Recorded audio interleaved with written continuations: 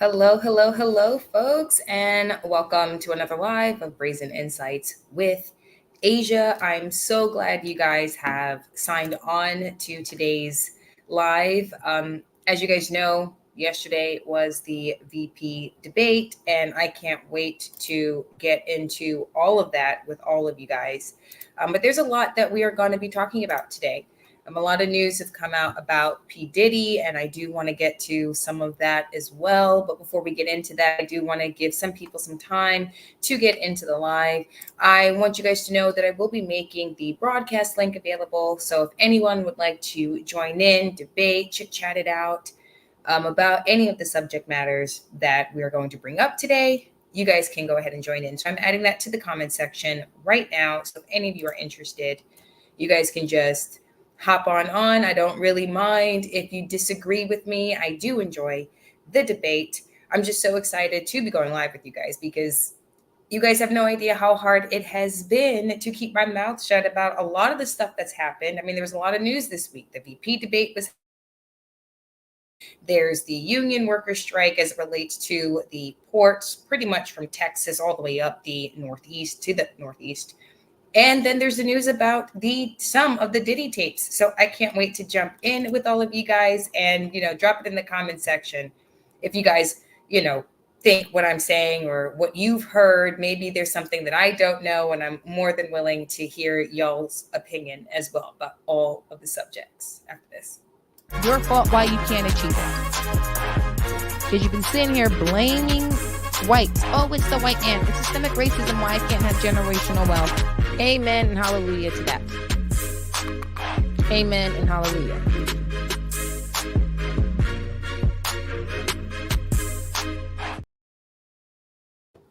Okay, folks. Now, before we jump into the very first subject of this live, I do want to tell you guys that my older brother has officially launched his cigar lounge. It is located in Pennsylvania near the Poconos. So if any of you are taking a trip this holiday season up to Pennsylvania to the Poconos, drop into Kingdom Cigar Lounge.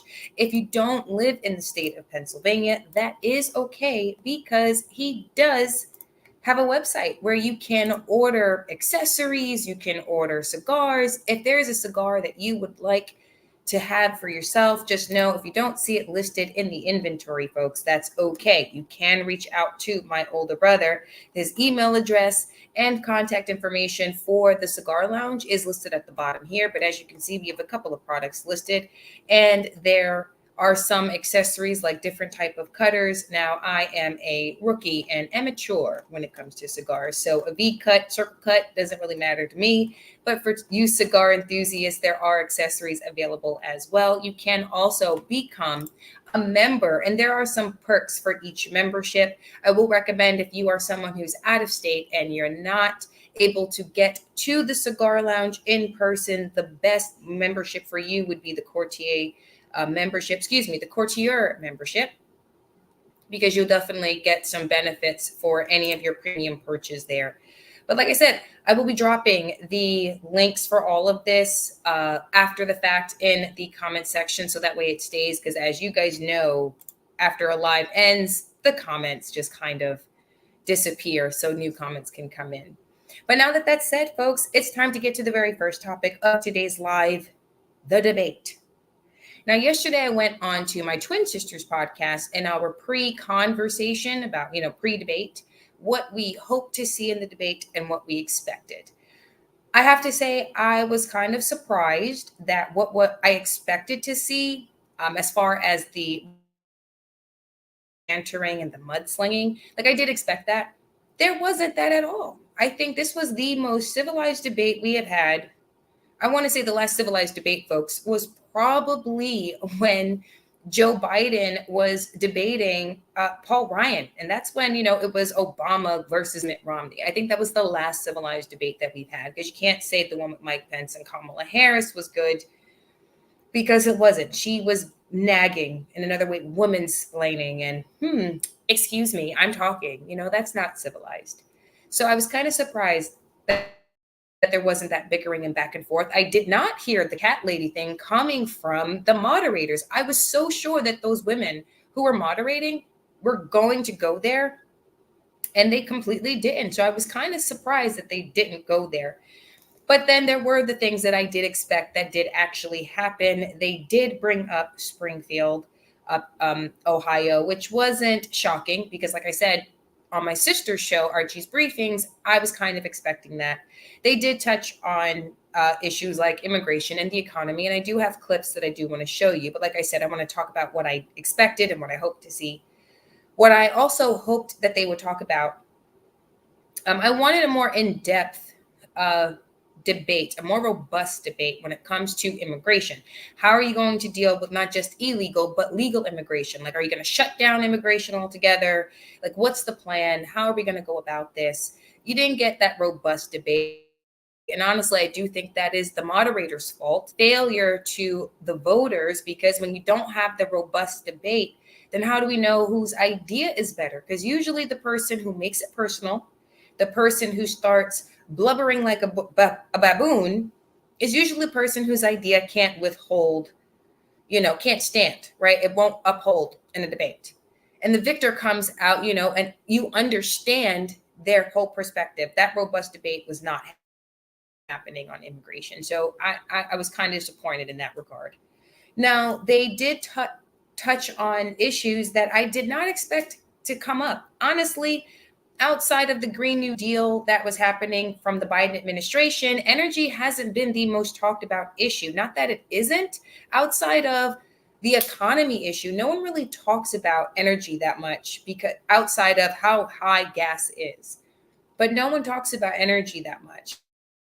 And so the fact that they brought climate change, I was like, what the hell? Like, how random is this? Like, climate change is not even on the top 5 things that are important to voters. And that includes Democrats. That's saying a lot when 70% of your Democratic base is thinking the same way Republicans are. Pocketbook, crime, particularly migrant crime. So why did climate change pop up?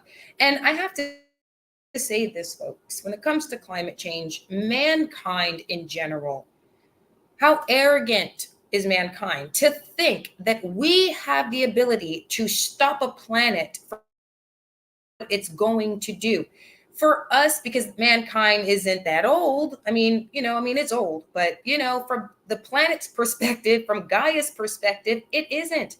The planet is old. It's going to do things. We have no control over this. All we have control over is how we respond to it. Bad things happen as far as bad weather fronts, hurricanes, tornadoes, earthquakes, mudslides. What can we do to mitigate tragedies, right? Because the climate is going to change. We can't control that any more than we can control the sun. It's not for us to control. How can we mitigate the amount of harm done? Does that mean we have to build higher? Does it mean that we have to, what can we do? What innovation do we have to protect individuals, their homes, from when a bad weather front hits? That's how we should be looking at this. The way that they talked about it, I have to say, J.D. Vance did a very good job. He managed to make an issue that is so outrageous and so not in our control about what it is that we can control, and that I was actually happy about when J.D. Vance was talking about it. Case in point, he said, you want clean energy? That's what you want? Well, then we're the ones who have clean energy when we produce the most. When you ship out manufacturing, when you ship out these jobs, you are enabling the way that China manufactures, right? They have the dirtiest air. They still use things like coal. We've advanced past that. You need to be producing more energy here. We need to build more nuclear plants. We need to invest in nuclear. There were businesses from the early 2000s that were looking into ways that we can power homes using water. And pretty much all of the East Coast, since they're the ones who are suffering the most from hurricane, water powering an entire city just kind of makes sense to me. Why aren't those businesses being invested in? If clean energy is what you want, then that seems like a way to go. But these businesses are being killed by the government. So he did very well, I think. And now he talked about that.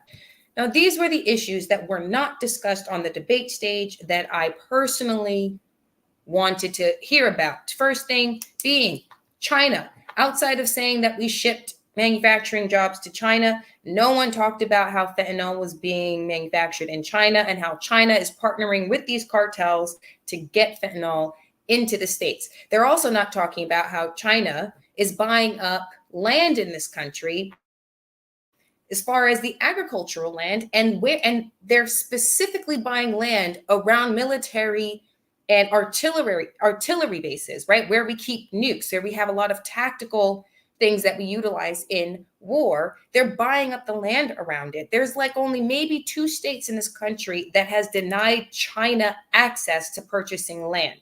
And that is where Governor Sarah Sanders Huckabee is and Governor Kristi Noem in South Dakota. The only 2 states that I can think of that's denying China access to buying land. But we do know China owns land in Florida. They own land in California. They own land across the country. I even think that they own land here in Texas, which is a problem. If the governors aren't going to be tough enough to say, you sell us the land or we kick you out anyway, then the next president of the United States has to be that. And Trump needs to make sure that he tells China, you either sell us the land or we kick you out and you get no money anyway. Like, this is how this can go. Either way, none of that was discussed. No one talked about Ukraine.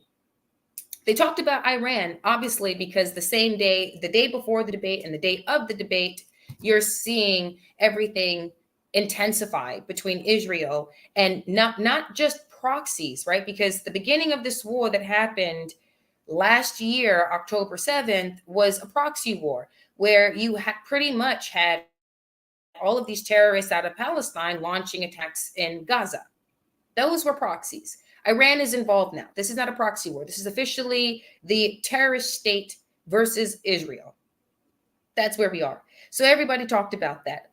And with that being said, okay, well, we all kind of agree Iran bad, Israel good, as far as, looking at this from a simple place. But now what about Ukraine? I don't want money going there.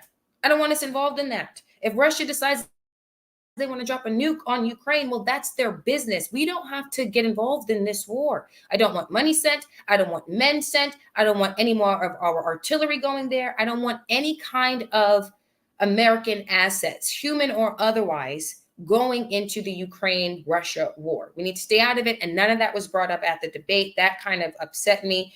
I was kind of also shocked that Joe Biden, the current president, was not brought up either.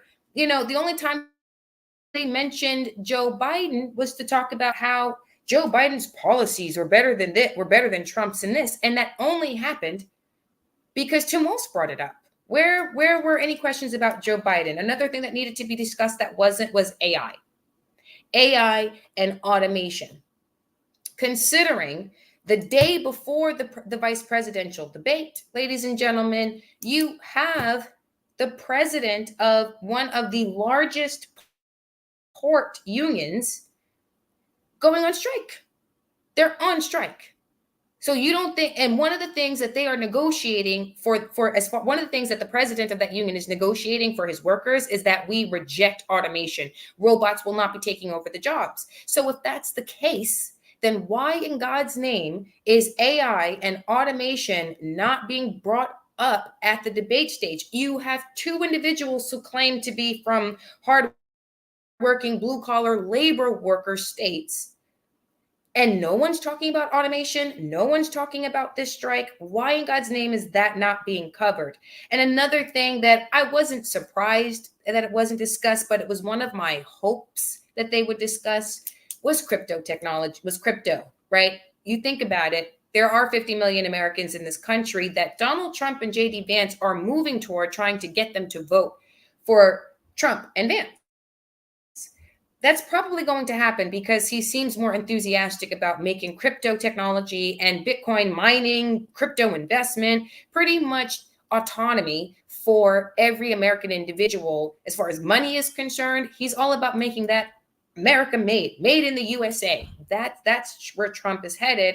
And so though I'm not surprised that it wasn't brought up at the debate stage, I was kind of hoping that it would be because we're heading into a new age. And the guy who could become president is courting these voters. And so it's a big deal considering he's looking at firing the current SEC chair. He's looking at getting a new person to appoint at the Federal Reserve. So crypto technology should have been on that debate stage. I'm not surprised that it wasn't, but I would have preferred it would have been. I got a couple of comments here from the very host of Archie's Briefing. So here we go. Oh, there's first comment she has here. She says, for real, so over this China nonsense. It's about time the country as a whole denied the purchase of our land from any foreign government, China or others. Is that a And Arshell Financial has another comment. I think the reason several issues weren't discussed because it was only 90 minutes long rather than 3 hours like back in 2016. You are so right about that, Arshell. So right, Archie. But I do have to say, the conversation about climate change, that was a waste of 5 minutes. I mean, I think that was like a 5 to 10 minute max debate that they had about climate change. It's like, who the hell is talking about climate change now? I mean, really? Like even your crazy ass lefties with the blue hair and walking around with, their penises shoved in an elephant thong on, during their demon month. I mean, even they aren't talking about climate change. So that was a waste of 5 minutes. I think that was the perfect opportunity to cover some of the issues that I mentioned that weren't discussed and should have been discussed. And I'm not really referring to crypto, but that automation and AI, that should have been, considering every strike that's happened in the last year and a half is related to not just higher wages, but automation and the replacement of your workforce with robots and AI. If you look at the Hollywood strike, you look at the union strike with UPS workers, you're looking at now this one. I mean, and that's a big deal, folks. With that being said, I do want to show you guys some of the highlights from the debate because, oh man, I got to say it. I got through like 35 minutes of this debate. I got to be honest with you guys. The second they started talking about abortion, I was over it. I'm like, I know that the people running, right, that people think that this is a big issue, but really it's not that big of a deal. The only reason why they get these polling is because you specifically go up to people and ask them, what's your opinion on abortion? And then they just check that as this person cares about abortion. Well, if you go up there and ask them about that, well, then of course that's what they're thinking about. I mean, come on, no one's thinking about abortion that often. I mean, let's call a spade. It's not going to matter if you're dead. It's not going to matter if your money is worthless. It's not going to matter. But here are some of the highlights. So I'm going to pull up the first clip for you guys. It is the minute marker 2:11 of this highlighted video, but here we go.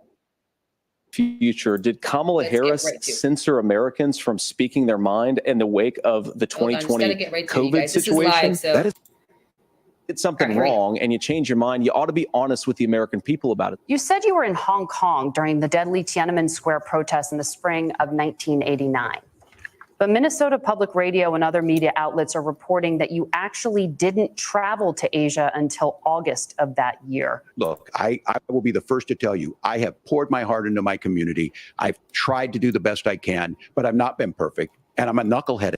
Okay, so understand, he's trying to pull a Kamala. And because, honestly, I think it's because he's a white guy that they weren't letting him get away with it the way they would with Kamala. He's a knucklehead. You damn straight you are. At times, but it's always been about that. Many times I will talk a lot. I will get caught up in the rhetoric. But being there, the impact it made, the difference it made in my life, I learned a lot about China. I hear the critiques of this. I would make the case that Donald Trump should have come on one of those trips with us. I guarantee you he wouldn't be praising Xi Jinping about COVID. And I guarantee you he wouldn't start a trade. Okay, so when he said that last night, folks, when he said he was praising Xi Jinping about COVID, that was such a blatant lie because we all remember how the left were jumping down Trump's throat about how he kept calling it the China virus. They were all getting mad at him for saying that. Now he praised Xi Jinping. No, he wasn't. War that he ends up losing. So first of all, Margaret, before we talk about... That was one of my biggest issues from that debate. And here's another moment. Got to keep going. Deportations. We have to stop the bleeding. We have a historic immigration crisis because Kamala Harris started and said that she wanted to undo all of Donald Trump's border policies. Kamala Harris was the attorney general of the largest state, a border state in California. She's the only person in this race who prosecuted transnational gangs for human trafficking and drug interventions. But look, we all want to solve this. Most of us want to solve this. That's why we had the fairest and the toughest bill on immigration that this nation's seen. But as soon as I was getting ready to pass and actually... You know why this particular segue was so out of control and so annoying, ladies and gentlemen? It's simply because, and I have to say, I was annoyed not just with Tim Walz, but also with JD Vance, because he didn't actually answer the question as it related to mass deportation. It's like someone told him and Donald Trump, avoid talking about the plan to deport all of these people and talk about shoring up that border. And then the small comment that JD Vance did actually make about the mass deportation, he said, you got to start with the people who committed crimes second to coming into the country illegally. And those are the folks you start with first. I'm like, no, every last one of them, every last one of them. Now, politically, that may not be beneficial, but ultimately it is the best thing for this country. I said in episodes way long before this live that America will have no problem sinking this country further into debt if it meant getting every illegal and their wannabe DACA child out of this country. I don't care if your child was born in America. If I wasn't considered a citizen until I was a teenager, then your child, just because was born here, isn't one either. Get you, your husband, or your wife, and your children out of our country. And I do believe JD Vance kind of sidestepped the question a little bit. I think, again, it was politically expedient for him to go there. That was kind of upsetting. Tim Walz, I was surprised that he didn't mention Kamala Harris' recent trip to the border, this kind of new facade that she's trying to pull up, that she is this grand attorney, prosecutor who's going to prosecute these criminals. Okay, but you're the vice president now. And that was the Vance pretty much said towards the end of what I watched of this debate, when he did say, she's been the vice president. Why isn't she doing any of this right now? It's like, right, she could totally prosecute these people. Second to crossing the border, because she already doesn't think that's a crime. Okay, well, what about raping little girls and little boys? What about brutally raping women and then murdering them in parks? What about that? Why not prosecute them? Kick them out of the country. Damn, spending another tax dollar on these trials. Kick them out. You see, you would avoid spending if you just remove them. I said in one of my other episodes long time ago before this live, folks, that by letting these cartels come in and pretty much tying the hands of your Border Patrol agents, you're pretty much making them facilitators of human trafficking. And JD Vance did manage to bring this up, where he said there's over 300,000 children missing that came into the country illegally, when they were referencing this whole separation of parents from their children. But what about the 300,000 children that the Department of Homeland Security lost under the Biden administration? They're being sex trafficked. They're being used as drug mules. And Tim Walz tried to lie and say, that's not true. That's not happening. I beg to differ. That is happening. That is. Why isn't she prosecuting these people? These were huge topics and huge moments. I do think JD Vance won this debate. Tim Walz just kind of looked like the knucklehead he said he was. And I'm not surprised that he failed this. I'm only surprised the fact at how civilized this debate was. And I'm even more surprised that the media, mainstream media, were so pissed at how civilized this debate was. It's almost as if they wanted Tim to be a mudslinger. They wanted him to be disrespectful. They wanted him to go for the jugular, as opposed to handling himself in the respectful manner that he did. This is how debates in this country used to be. And every American watching, though they may, if you're Democrat, didn't really care for Tim Walz's performance because you felt like, man, I don't really like your policy ideas, if you even heard any of that. You really respected how they handled themselves on the debate stage. I would have to say my favorite moment is when he got fact-checked, JD Vance, when he was fact-checked by the moderators, and he pretty much laid out the legal pathway for how these Haitian immigrants in Springfield are considered legal. It's just an app that they download. I mean, if they that, I don't think any of us would have known that. Like, can Americans download this app? Like, do they know that I'm an American citizen, and can I download this app? Can I claim asylum or parole? Like, when I hear parole, I hear a criminal who's being let out early. So you're telling me that a criminal we kicked out is applying for parole, meaning that they have the chance to come back in? That's what this means. And then you're shipping them to small towns and states, particularly in flyover country. Well, why is it in flyover country that you're dropping them in? If you don't have a governor like Christian Noem, and if you don't have a governor like Sarah Sanders Huckabee, and if you don't have a governor like Florida Ron DeSantis, and you don't have a governor like Greg Abbott, your state's going to get flooded with a bunch of illegals that they made legal because of this app. So that was one of my favorite moments of the debate.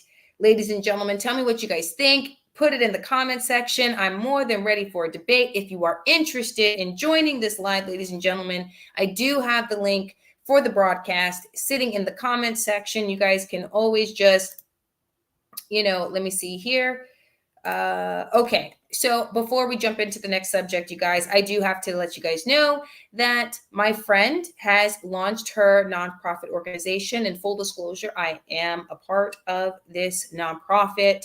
It's called Roots Retreat House, and we are looking to gain some donations so it can help us kind of move forward, particularly during the holiday season where the most help can be provided.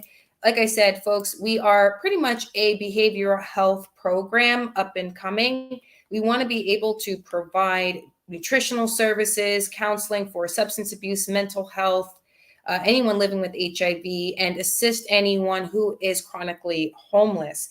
And specifically the nutritional services. I got to say it, when you see someone who is homeless and on the street and they really have this food insecurity and they don't know where their next meal is going to come from, that's where Roots Retreat House really wants to be of service and be able to purchase the food, prepare the food, and go out there and hand out plates and healthy food, right? Not like we're going and getting Domino's and KFC and that. We want to cook it ourselves and get it out there. But to do any of these, folks, it requires funding. We do have a donation fundraiser up and running. We're trying to raise about $1,000 for the holiday season. As you can see, we have about $320 raised so far.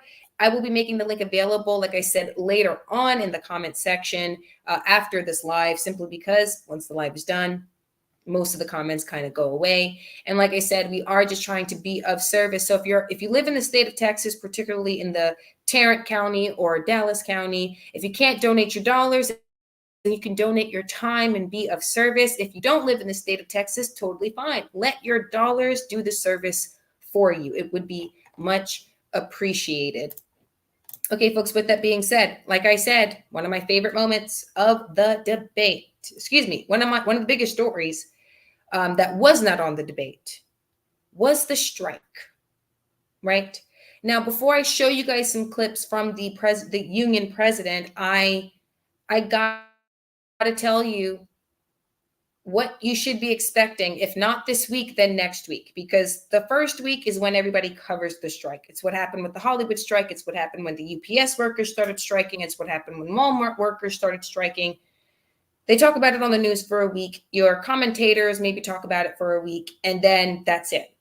By week 2 is when you start to feel it. Grocery stores are lacking in certain products, right? You can't get fresh fruit, which I'm not so sure how fresh it is if it had to be shipped in overseas, because how long were you on that ship? Is it really fresh if it took a week to get here?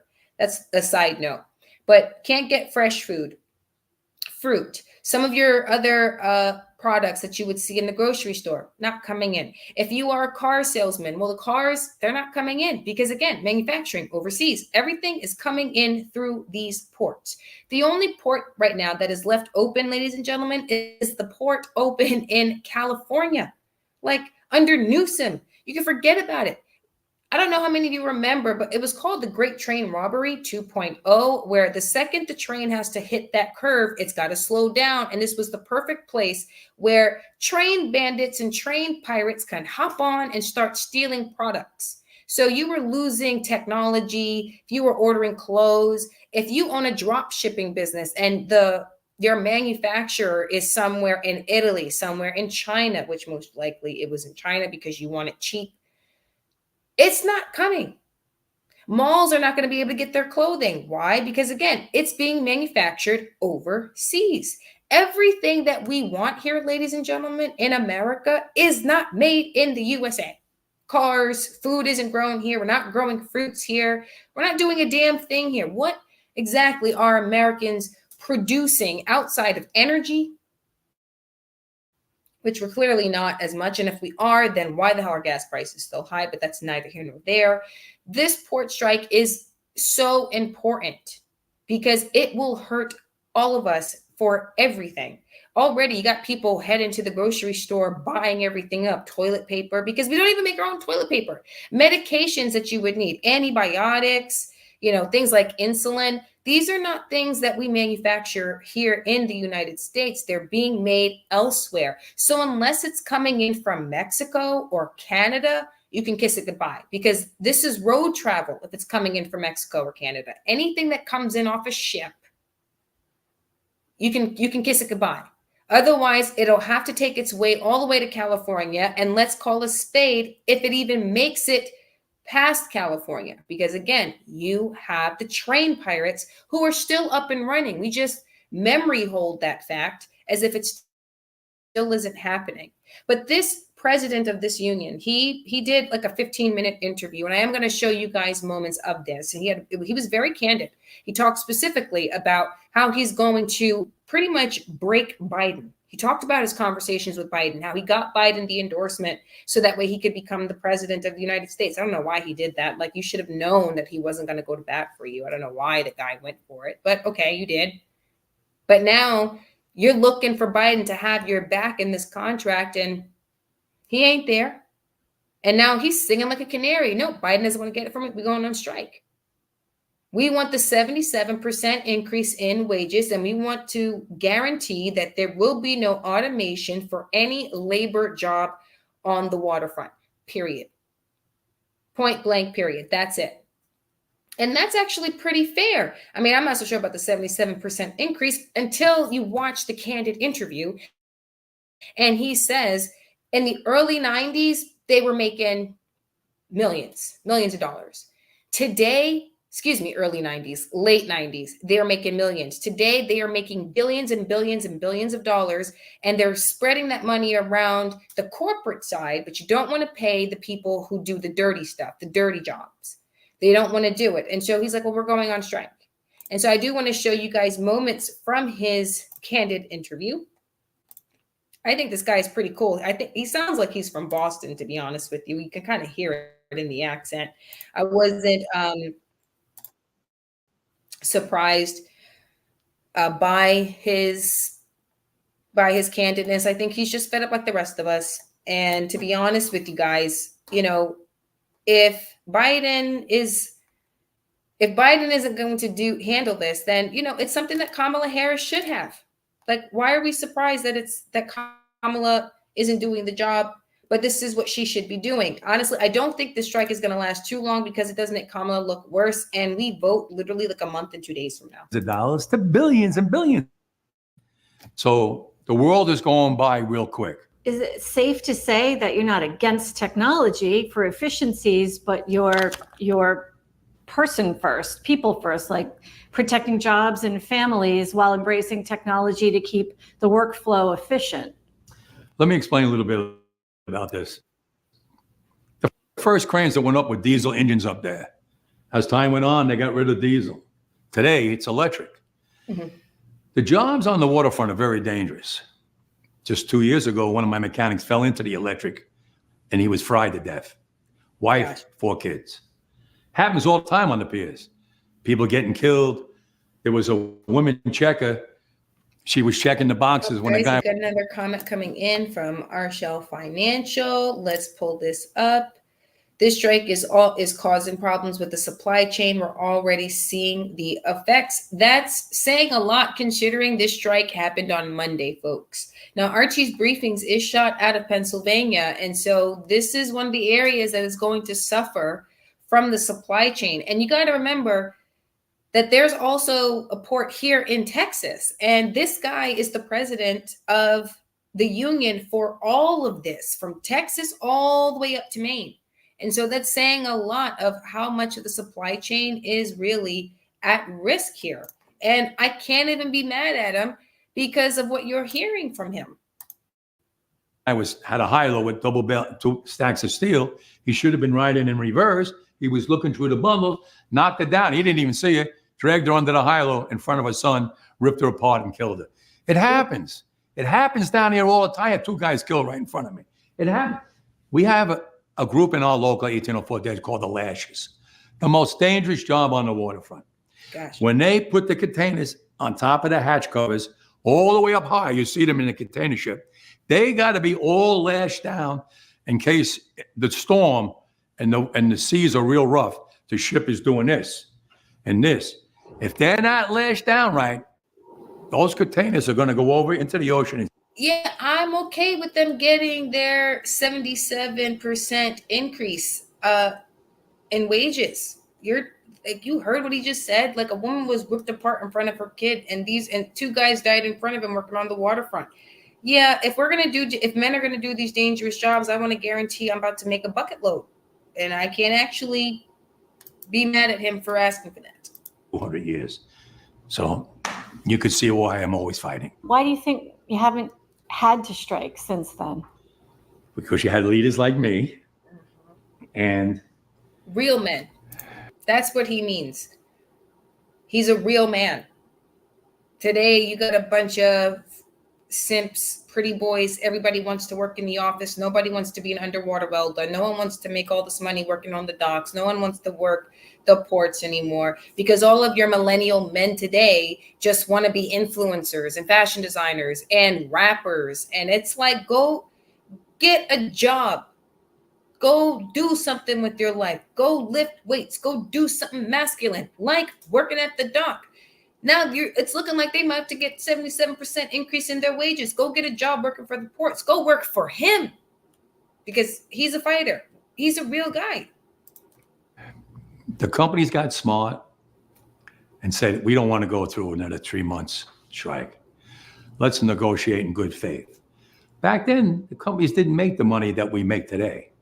So we negotiated in good faith. We went with 6-year contracts. And we got $1 raise, $1.50 raise for 6 years. It was great. $1.50. It's a lot of raise. money compared to 80 cents for 3 months. But today's world, it's changing into the future. They're not making millions no more. They're making billions. And they're spending it fast as they make it. I want to peek in, because when they made their most money was during COVID. When my men had to go to work on those piers every single day, when everybody stayed home and went to work. Not my men. They died out there with the virus. We all got sick with the virus. We kept them going. From Canada, Texas, Great Lakes, Puerto Rico, now the Bahamas, everybody went to work during COVID. Nobody stayed home. Well, I want to be compensated for that. I'm not asking for the world. They know what I want. They know what I want. And if they don't, well, then I have to go into the street and we have to fight for what we rightfully deserve. Amen. Do you think, this is my last question, do you think the threat of the strike is they can understand the significance of that based on the recent things that have happened, like our Key Bridge, we're from Maryland, our Key Bridge? This is the most significant moment of this interview, folks, okay? Because he goes in depth about conversations he's had with the current administration, okay? The administration that Kamala Harris is a part of. Bridge collapsing and it just stopping all the ships from being able to deliver. I'm glad you brought that up, because I would like to tell you something. Okay. When that bridge fell, my longshoremen are on this side of the bridge, no work, no salaries. Biden called me up on the phone, President Biden, Harold, I got the money to build a new bridge. I go, oh. What about my longshoremen? They're out of work now. They didn't cause no problem. Well, he goes, I got the money for building a new bridge and getting the bridge that's in the water out of there. I ask you one more time, President, what about the men whose families now have no money coming in? Well, you know, if there was an explosion on a ship, maybe I can get the money. Listen, you're supposed to be a friend of the ILA. You came to me when you wanted the AFL-CIO backing. I got it for you. You called me in. This, folks, is about politics. You see, and what I don't get is why Harold Daggett went to Biden, why he brought his union votes to him. Because he should have known that Biden is not a union guy. He's not a blue-collar guy. He's got no respect for you or for your men. He has no respect. And for that reason alone is why he shouldn't have endorsed Biden. I bet you he knows better now. In the kitchen, you thanked me 1,000,000 times. I'm telling you, my members need help. Well, let me see what I can do. In politics, that means you're not getting it, okay? Yep. I opened up a fund with management after the first pandemic. Let me see how much money's in that fund. I called them up. They called me back. 300 million. Wow, are you kidding me? We put 300 million in there? Yeah. Well, I'd like to take some money out of there and pay for those families in Baltimore. Well, Harold, it's only for pandemic. Well, what about we get your lawyers and my lawyers and any disaster, nature disaster, whatever, we can draw from it. I have no problem as long as the lawyers work it out. They worked it out in one day. It cost me $1.2 million every week to pay for their families. Plus, they were allowed to go to unemployment. And it's over now. They're back working. The ships are going in and out. I never got no help from the government. We did it on our own, management and union. That's what we're supposed to be doing, working together. And I hope we get back into that right realm. That, ladies and gentlemen, is the most important part of the debate. He's the most important part. You're not wrong, Archie. Biden is brain dead. I'm not surprised. But that was the most significant moment of his review, when he was talking about the politics of him and Joe Biden trying to get things going to protect his workers, especially what happened in Baltimore after the bridge came down. Now, I have no idea if that bridge is back up. I don't know if it is or not. Now, I know when there was an overpass problem in Florida, it came down and DeSantis had that bitch back up, excuse my French, back up in like a week or two. And it was like, you can do that? You can fix this problem that quickly? Well, this is what happens when your state is not in debt. This is what happens when you're sitting on a surplus. Your state can actually fix your problems and you don't have to be inconvenienced as an individual in your state for so long. And this guy went to bat for his men. He's talking about how his men worked through COVID. Men were dying on the waterfront. They were dying on the pier and they fought through COVID. No one stayed home. And then you don't want to pay them for being the frontline workers, as they called them, for that first year. They were heroes the first year. It wasn't just the truckers. It was men like him. Men that he represents, that H. Daggett represents every day. And now they're on strike. They are on strike. Oh, T-Mac Jess. Oh, welcome to the channel. I saw you on yesterday's Archie's briefings. See here, union leaders are very powerful. They loan the government money from their members' pension. I'm not so sure. You could be right about that. That's probably why this guy went, and endorsed Biden. He probably won't do that no more after this. I mean, he seems pretty adamant about fighting for his workers this time. So let's see how that goes, T-Mac Jess. I don't know. I really don't. I just know we're not getting fresh fruit come next week. If you sell cars, don't expect those to come. If you own a drop shipping business, forget about it. It ain't coming. This reminds me of why America needs to go back to producing its own product. Grow your own food. Make your own clothes. Like, everything needs to be made in the USA. We need to be so independent that we don't need any other country to produce anything. You're only here because we allow you to be, not because we need you to be. And there is a difference in those positions. And America needs to get back there, because even when strikes like this happen, and again, the last strike that happened for these union workers was like, what, 2-3 decades ago, like back in the 90s. So with that being said, if that's the case, then why haven't we become independent since then? Politics. You have people getting in the way of manufacturing, people getting in the way of agricultural businesses. We're not building enough here in the United States that we have to import every damn thing, down to the medicine that we're making. I mean, you can't get a damn antibiotic. Is Advil made here? Like, am I going to be able to take in a leave if I have like an issue with my big toe? Like if it's sore because I banged it? Like what's happening? None of it's made here.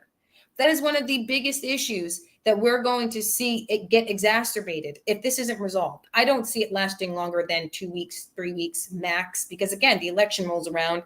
And if we're seeing scarce items at the grocery store, if car sales can't be made, if people can't purchase their products, if businesses aren't able to run, because again, a lot of this is imported from overseas.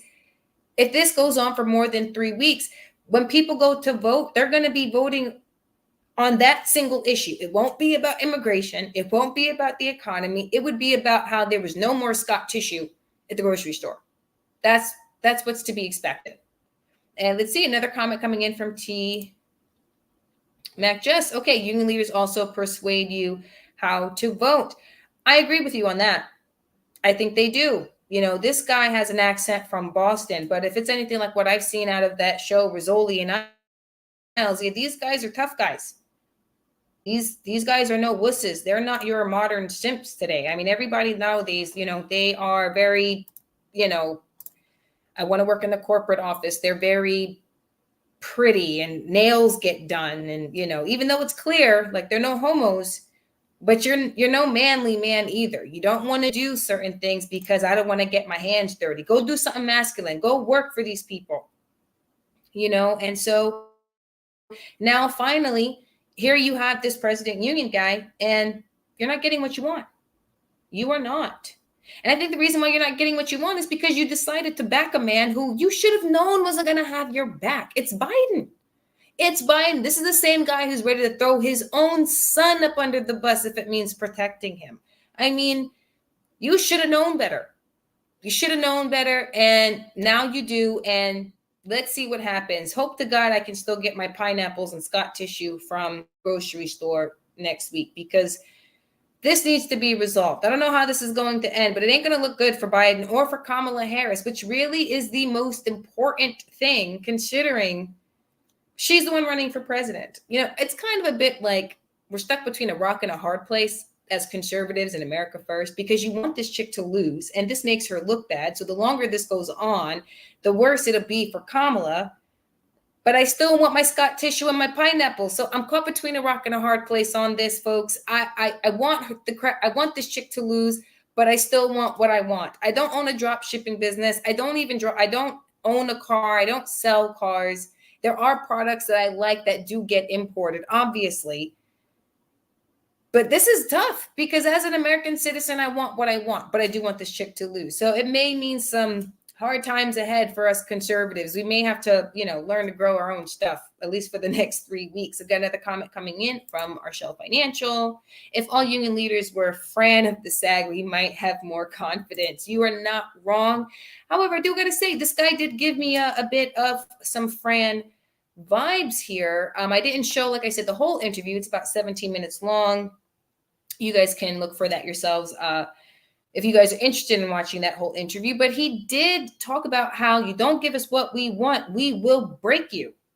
And it didn't mean that in a physical way, right? Like he's like, no, you don't have the automated ships here in America yet. So that means Americans would have to suffer for 6, 7, 8 months before you even had these ships available. And Kamala Harris doesn't have the luxury of waiting that long before this problem gets solved. And so you have a decision to make. You either going to try and make your candidate look best, or, you know, by giving us what we want, and then she can go on a thing talking about how I negotiated the best thing ever. I know. Here's another comment from Arshell. Just know I checked to make sure my coffee was American made. LOL. You know what? Because Folgers is always in my cup. Is it American made? Put that in the comment section if you know, Archie. Another comment from T Mac Just. I've been a union member for 12 years. I was surprised the direct contact they have with politicians. I'm not surprised that they talk to politicians, but I agree with you how I was surprised when he said Biden called me, and he said his name like he knew the guy all of his life. Yeah, I got a call from Biden, President Biden. And it was like, wait a minute. Did he just say Biden like that was a homie from back from 20 years ago? Like, yeah, I knew him on the block. We used to go to play basketball. We used to pick up the girls until he got married. Like, that's how he talked about Biden, or at least that's how it came off. So that was a bit shocking how comfortable he was in not just his demeanor and how he said his name, but the way he was talking about Biden was like, kid, you. Oh, Archie Financial did just answer my question. Is Folgers made in America? Yes, it is. Folgers in my cup. Another comment from Asia, how to support your channel. Thank you so much for asking, Jack. Honestly, all I really want is for you guys to engage in the comment section. I would love for you guys to support Roots Retreat House, this nonprofit organization. I do have a Cash App. It's Asia Sade 1, but I do know a lot of people don't want to leave YouTube to support, but your subscription, your engagement, and your interest in Roots Retreat House or supporting my brother's business, Kingdom Cigar Lounge, is all that I'm asking. I'm not looking for income for me personally. I do appreciate you wanting to support the channel, but I don't do this to make money. I do this to, to have fun and to bring awareness to some of the things that I believe in and to support my friends and family. So I would appreciate if you kind of just looked at those things. You know what? Let me throw some of these links in the comment section. So if you are interested in supporting those things, I would greatly appreciate that. So I just dropped the link for Roots Retreat House donation. And I'm also dropping the link for my brother's Kingdom Cigar Lounge. If you are interested or a cigar enthusiast, you can order a product there. If it's not listed there, Mac, that's okay. You can always reach out to my brother and he will definitely work with you on getting the product that you want. But that's that, ladies and gentlemen. I do want to get to the last subject matter of today. I know it's not in the name of today's episode, but this was kind of breaking news, like literally 25 minutes before I came on. And it is about P. Diddy. I don't know about you guys. I'm not surprised about Diddy because I have a friend who is much older and she's been in the industry. You are so welcome. Thank you so much for coming to the channel. I love it when, subscribers and followers of Archie Financial, Archie's briefings come on and check out Brazen Insights. Again, I don't really go into the politics so much. I prefer to do the culture thing, but sometimes these things do overlap, ladies and gentlemen. And with that being said, let's get back to Diddy, because he's a subject matter that seems to overlap culture, politics. He's all over the place. And I kind of have to tell you guys about it because I don't know how many of you have actually heard the news. So a lot of you guys I know have heard about P. Diddy and his freak offs, right? That's what they call his crazy, nasty ass parties with all these celebrities. It was disgusting what I've been hearing. Rumors have it he may have sexually assaulted Justin Bieber. I mean, the list goes on and on what Diddy's accused of. But recently, literally 25 minutes before I came on to this live, folks, I heard that there is one of the tapes that Diddy has on a major celebrity, huge household name, is being shopped around Hollywood. And to make matters worse for the person in the video is that the person who has this tape reached out to an attorney, asked that attorney to reach out to the other party from the video and said, could you facilitate a way where we can broker a deal? I give them the tape, they pay me for it, and they'll have some assurances that this video won't get anywhere else. If they don't want to buy it, the tape gets leaked. And I have to say, folks, I hope the person in the video doesn't want to buy it. I'm hoping that the tape gets leaked, and not because I have any intention on watching that video, but because it would make it easier to see who the cohorts are. Because they're saying it's a huge high-profile name, a household name that is bigger than Diddy. And the thing is, folks, we know that P. Diddy, Jeffrey Epstein, Harvey Weinstein, the one person that all three of these people have in common is Jay-Z. And so I'm curious, is the household name Beyonce? Like, could that be it? I mean, this is all speculation. Could it be someone close to the Obamas? Because we've seen images of Obama with Diddy. We know he's gone to some of Diddy's parties. Now, this video took place in the Atlanta home with Diddy. So I'm not so sure who it could have been. It could have been someone connected to freaking Tyler Perry, for all I know. Maybe it was Tyler Perry, for all we know. I mean, Diddy was a freak, so he could have gotten anybody. Now, I do have some footage that I want to show you. There's actually 2 pieces of footage. The first one, ladies and gentlemen, it's with the attorney who was contacted about the tape. And she actually went on to a news channel and she spoke about this video. Okay, she spoke about it. And so with that being said, ladies and gentlemen, I gotta show you guys this because, oh my gosh, it was like, what? They actually reached out to you? How? What? I gotta show you. Hold on, let me see. Diddy's accusers, high-profile attorney. Okay, here we go, folks, because, oh my gosh.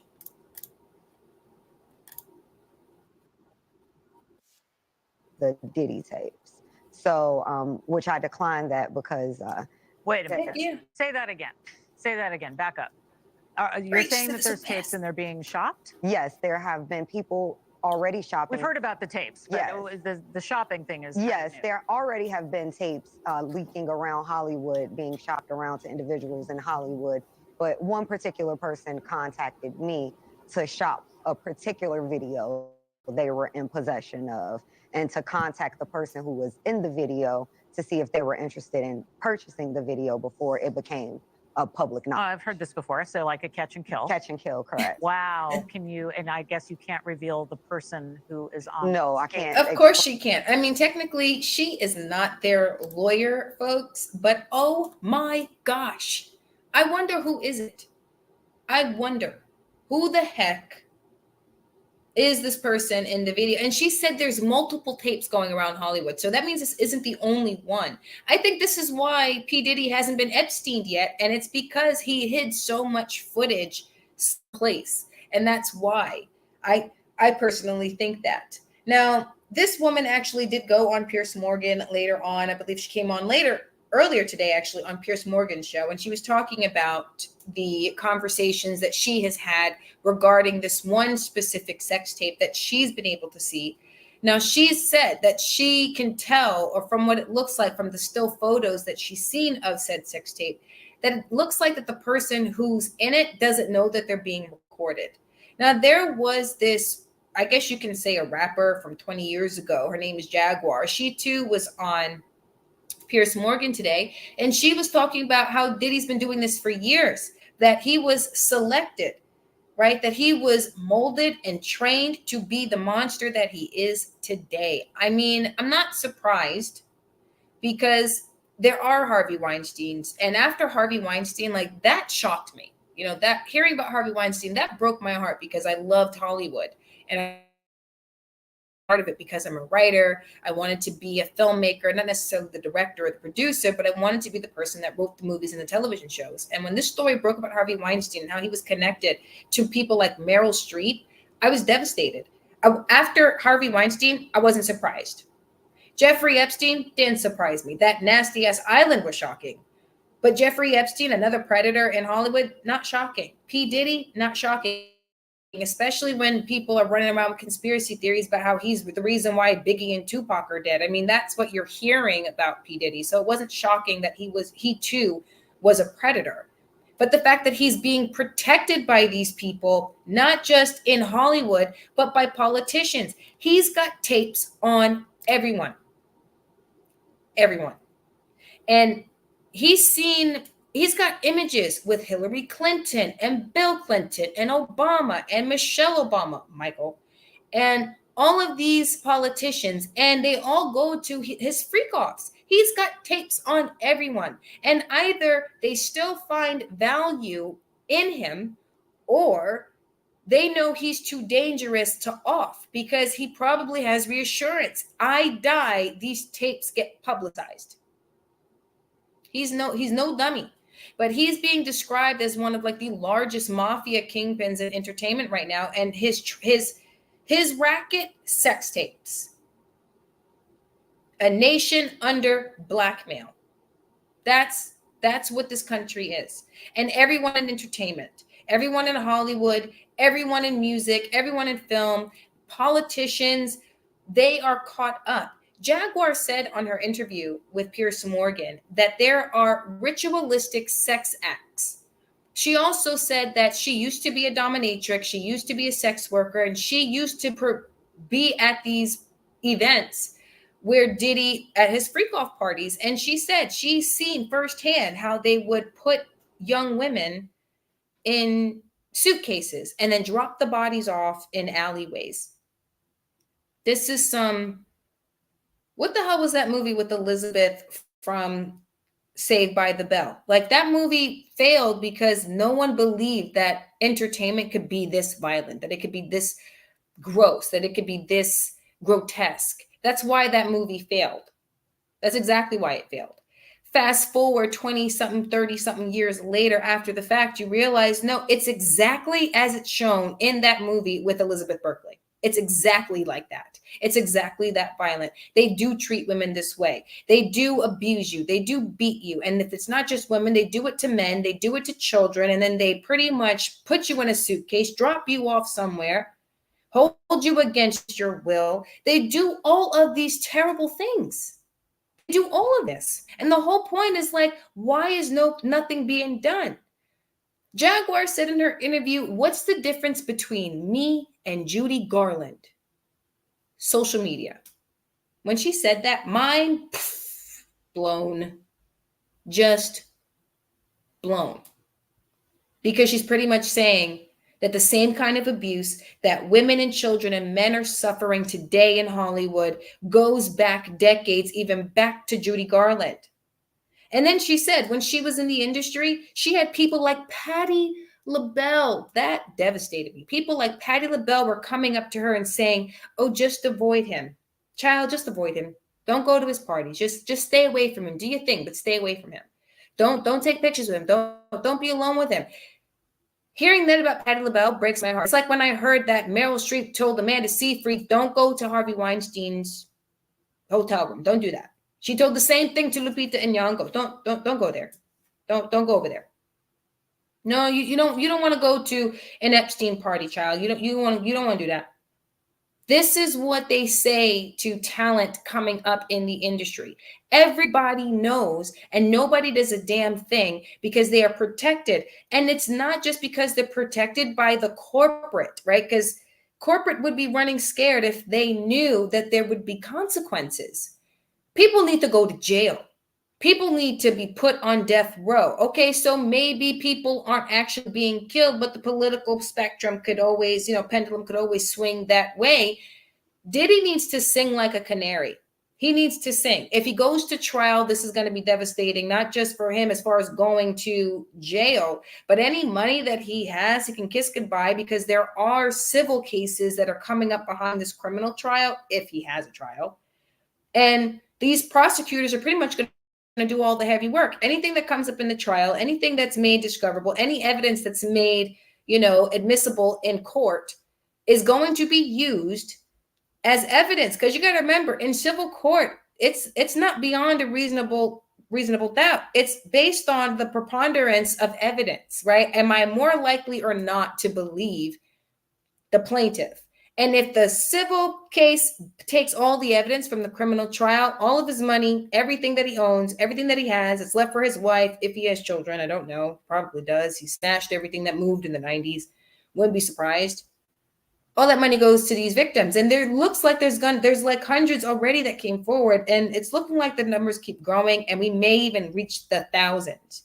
Now, I do have an opinion on why Diddy is going to go down and why they didn't do the same thing to Harvey Weinstein and Jeffrey Epstein. And no, ladies and gentlemen, I'm not one of these people that think, oh, no, it's because he's a black man.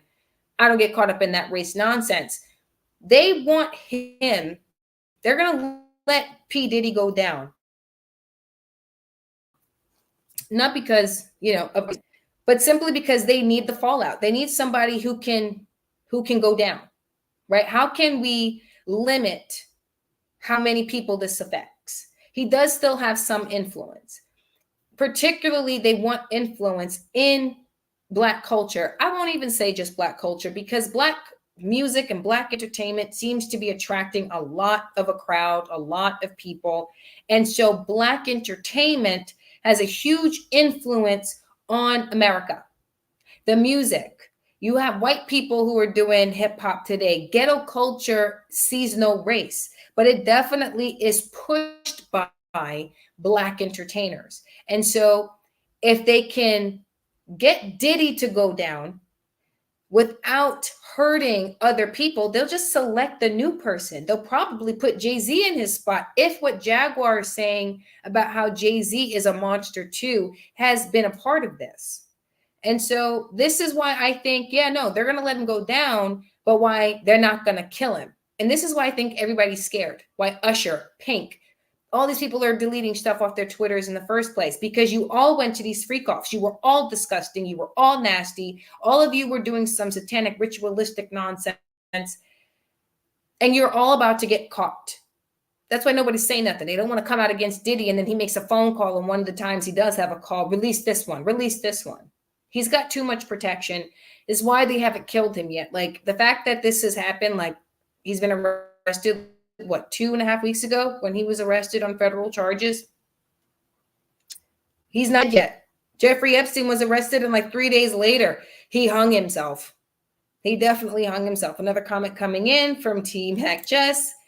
You say, I think his daughters are innocent victims in this situation. Am I wrong? His sons be wilding out just like him. I am not sure. You know, women can be trifling. They can be as criminal as men. They can be. Now, I couldn't tell you if they're victims or not. I mean, if their father, if Diddy protected them from this kind of influence, like to make sure that they weren't ever attacked. But I mean, who would? I mean, that's like going after Al Capone's kid. Like, you know, you never put your hand on him. You never put your hand on him. The only reason why you're allowed to put your hand on Diddy's kid is if their kid did something stupid ass, like when, you know, in John Wick, right? The first one where Viggo's son stole John Wick's car and shot his dog. No, this guy can get his ass kicked because you went after someone you shouldn't have gone after. So I don't know if you can say his daughters are victims or not. I have no idea. You know, you get raised in some nastiness, that kind of sits on your spirit. And unless they kind of walked away from their father, they could be a part of the so-called family business. So we'll find out more as the trial goes on, how much of this that their children were involved in. We know his wife was a cohort. We know his wife was engaging in some of these freak offs. She did some things to some of these women that were coming in. And this is all speculation, folks, because Jaguar, you know, she's saying that she has some evidence. She has tapes of her own because some of the sex workers that Diddy would hire would have their own tapes as insurance to make sure that if something happened to them, they would have, you know, some kind of insurance policy. So it's like, we got to see how much involved his kids were. But that shocked the heck out of me when I heard that Hollywood got the tapes. It's like, okay, well, where are they? I was scrolling my Facebook just a few days ago and someone was saying Diddy got a tape. You know, there's a tape out there of Diddy having oral sex with Beyonce. And it was like, what? Is this real? Beyonce and Diddy in front of Jay-Z. Diddy and Beyonce done made a cuckold out of Jehovah. That's what they just did. I'm like, is this legit? Good gosh. I mean, I can't wait to see how much more of this unfolds. I'm not going to lie, folks. It disgusts me, but I'm not surprised that this is the kind of debauchery coming out of Hollywood. I just hope that when Donald Trump takes office and he kind of fires a whole lot of the people in the Department of Justice and in FBI, that he deploys a crap ton of marshals, U.S. Marshals, attorneys, U.S. prosecutors, Personally, he should hire Jeanine Pirro as the Attorney General. And the reason why I say that is because she is the woman who started the very first sexual violence unit in the history of this country. If anyone knows how to advocate for victims, it would be her. If anyone who knows how to investigate sex crimes against women, men, and children, it would be her. She worked in television because, Geraldo kind of brought her in to television. So she kind of has an idea on how to navigate this. Trump can't have his foot in Hollywood anymore. He can't keep attorneys and criminal justice from taking Hollywood down. They have to go down. It has to be destroyed. All of it has to go. If that means there's no more Netflix, no more CBS, no more Grey's Anatomy, that means that we have nothing else to watch, then so be it. I would rather the soul of the nation be saved than have another damn television show to watch, because I don't give a damn that Superman and Lois is about to start in October if I find out that the producers of that show and across all of Hollywood are connected to these criminals.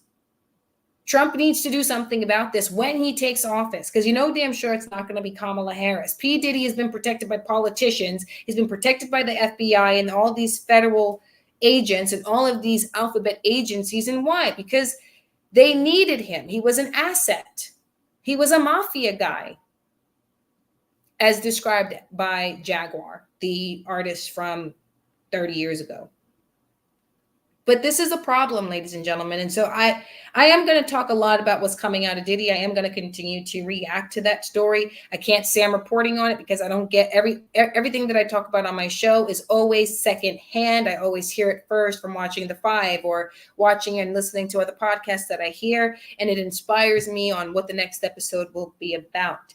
But I do got to say, ladies and gentlemen, thank you guys so much for coming on to this live. I appreciate it.